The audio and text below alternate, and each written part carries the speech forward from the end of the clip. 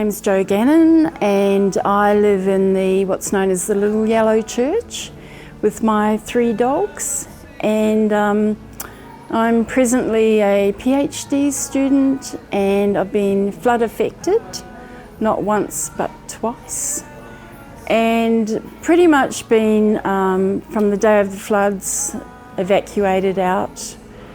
Remained in the evacuation centre for 4 or 5 nights, helping out there with the elderly and the paraplegics. In my street, everybody lost everything, including cars and boats and possessions, and basically the whole street was completely wiped out. The elderly have been unable to come home because the homes are not livable. Other people have come home, but they're living in their tents and they're living in their caravans or their sheds. There's been a very difficult, traumatic recovery because I call it the drip feed of disappointment.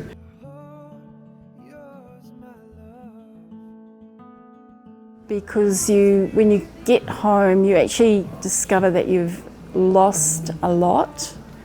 And it comes in little drip feeds, so you realise that when you're looking for that possession, it's not there anymore. The community, it actually did flood a second time in the shed, and I'd collected all my gear, lots of new stuff, and spent money, and I realised that's all gone now too. So there really needed to be kind of a flood management plan where you're pre-warned about the after effects of the main flood. That one really broke me personally because I thought, I'm really exhausted, I can't do this. And I needed to pull some walls down, I needed to clean up the backyard from the mud, needed to drain the water, and it's all really sort of heavy, muscle stuff, like needed young guys or older men carpenters who knew how to do the work. It's been overwhelming actually, the help from strangers who have just come in with a really giving, compassionate, sensitive attitude, because when you go through the second flood you're a little bit on edge, and you find that personally you feel a little bit broken and you're a bit... Just watch the mic. Oh, sorry. It's all good. Yeah, after the second flood, you're feeling really frustrated and you're tired, and it's hard to accept people into your world because you just think, oh no, I have to go through this again. And so people who come into your home and they help you out need to be really sensitive and not ask stupid questions like, how do you feel when you're standing in a second flood? And I've actually really found that the Samaritan's Purse people were so generous, so sensitive, very caring. An older couple came in and just really spoke like Ma and Pa Kettle, and just, really showed real genuine warmth and empathy and really listened to the needs that you had. And I found the guys that, there's a thing called male toxic energy. In times of great stress, that kind of attitude rears its head, but I found that these men were really gentle, very, very sweet, very compassionate, and at one stage I actually trusted them so much that I left them to it and went and helped another friend of mine at Empire Vale to see if she needed help.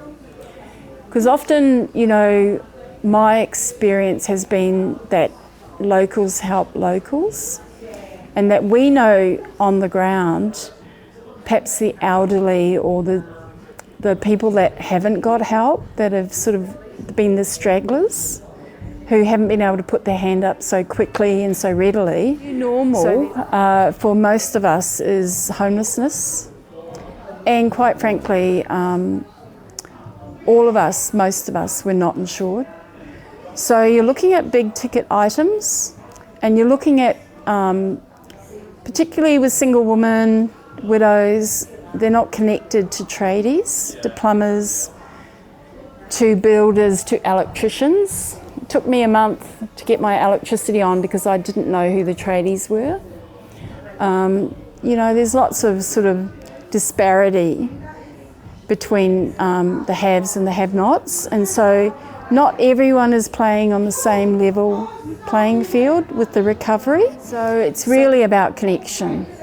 It's about being connected to the people who have the wherewithal to come into your world sensitively with compassion and offer a helping hand, whether it be gardening, fixing your garden, fixing your fence, putting out pallets so that you can walk through the sewage, developing relationships with some of these not-for-profit organisations that have, like Samaritan's Purse and like a group called Give It.